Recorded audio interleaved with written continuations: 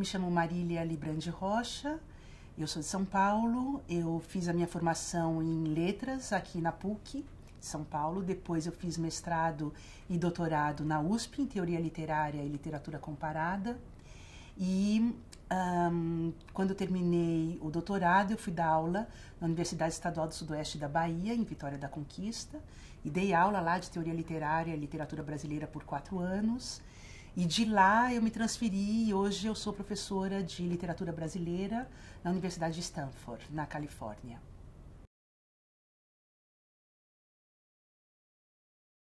O que me levou aos Estados Unidos foi uma sucessão de acasos. E eu cheguei nos Estados Unidos por causa do trabalho desenvolvido na UESB, né, em Vitória da Conquista, quer dizer, lá a gente criou um grupo de trabalho interessante, a gente criou um evento cultural que a gente fazia todos os anos, e através desse evento a gente convidava professores do exterior, e um desses professores nos convidou a participar, eu e meus colegas, do concurso que estava aberto em Stanford para a literatura brasileira. Mas eu até então nunca tinha estado nos Estados Unidos. Quando a gente trabalha com literatura brasileira no Brasil, os alunos já sabem do que a gente está falando, a língua é a mesma, quer dizer, não há problema de tradução, não há problema de acesso aos livros, não é? E a chegada no exterior, e a chegada especificamente na Califórnia, para mim, inicialmente foi um choque muito grande, porque o Brasil tão grande, tão importante, lá quase inexistia, não é? Diante da presença hispano-americana, da importância mexicana na Califórnia, não é? Do espanhol, portanto, como língua, um número reduzido de falantes de português, um número reduzido de alunos também interessados, quer dizer, como atrair alunos para virem estudar literatura brasileira nesse contexto. Então, assim, uma série de dificuldades que também se transformaram em vantagens pela diversidade cultural dos alunos. Então, assim, são alunos que vêm de áreas diversas, são alunos que vêm da antropologia, da medicina, da biologia, que querem conhecer alguma coisa do Brasil e aí se aproximam dos cursos sobre literatura brasileira.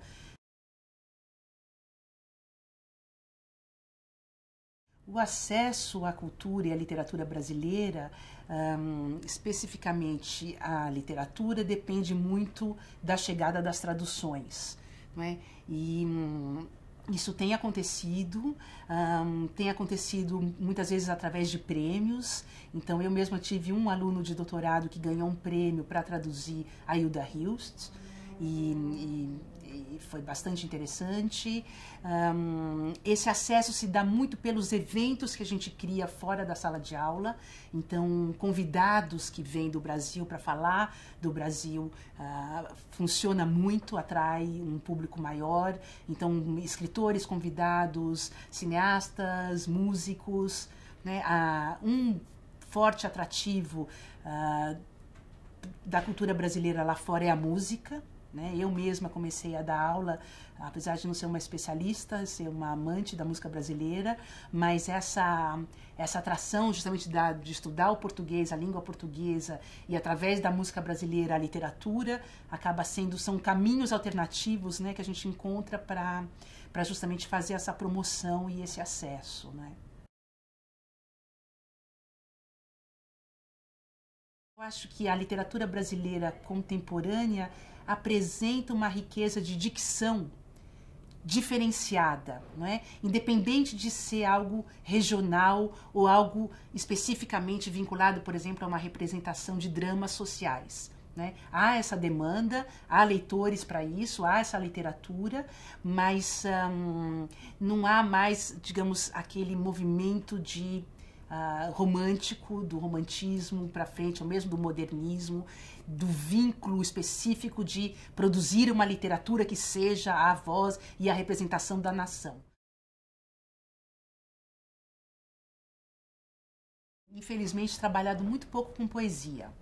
E basicamente por uma questão, muitas vezes, de problemas de tradução, quer dizer, de não ter a tradução para o inglês ou para o espanhol, mas também por um problema de atração de alunos, quer dizer, atrair os alunos para um curso de literatura brasileira em geral Já tem uma certa dificuldade, apesar do interesse, mas é difícil.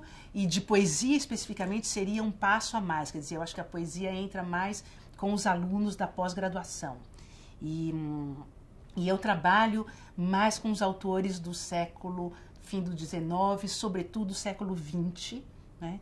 Sobretudo, eu tenho tentado trabalhar com a literatura canônica brasileira, e com a literatura brasileira contemporânea entra nos debates de cursos mais amplos. Por exemplo, um curso sobre o Brasil vinculado à questão dos biomas ecológicos brasileiros, então das regiões, por exemplo, um curso que começa com a Amazônia, então a gente lê, por exemplo, Milton Ratum, né? Mas aí a gente também lê o Tristes Trópicos do Lévi-Strauss fazendo todo o percurso por várias regiões, ou a gente lê o Macunaíma, que é uma outra viagem. Então eu tendo a misturar textos de épocas diversas em função de temáticas que possam interessar alunos de áreas diversas, para eles terem, através da literatura, uma visão da história e das questões brasileiras em geral.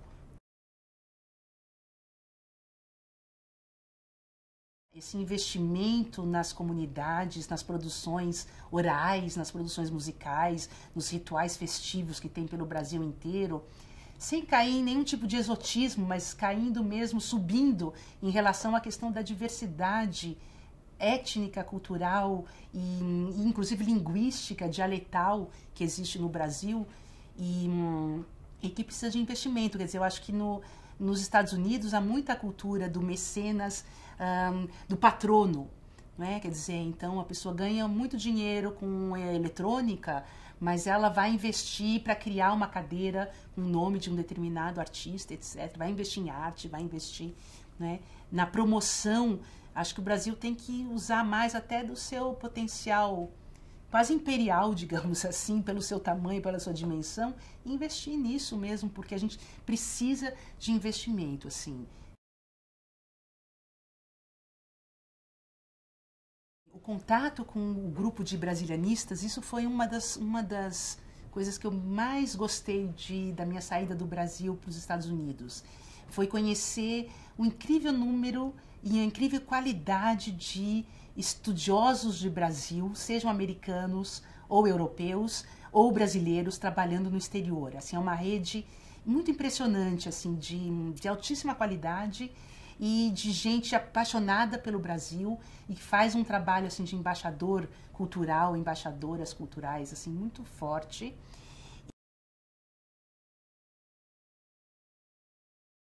Nos Estados Unidos, especificamente, há uma rede muito grande de associações, então congressos, né? Eu mesmo faço parte de uma associação que se chama American Portuguese Studies Association, a APSA.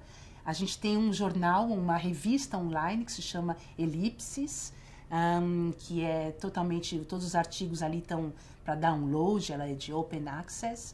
E a APSA faz eventos, congressos bianuais.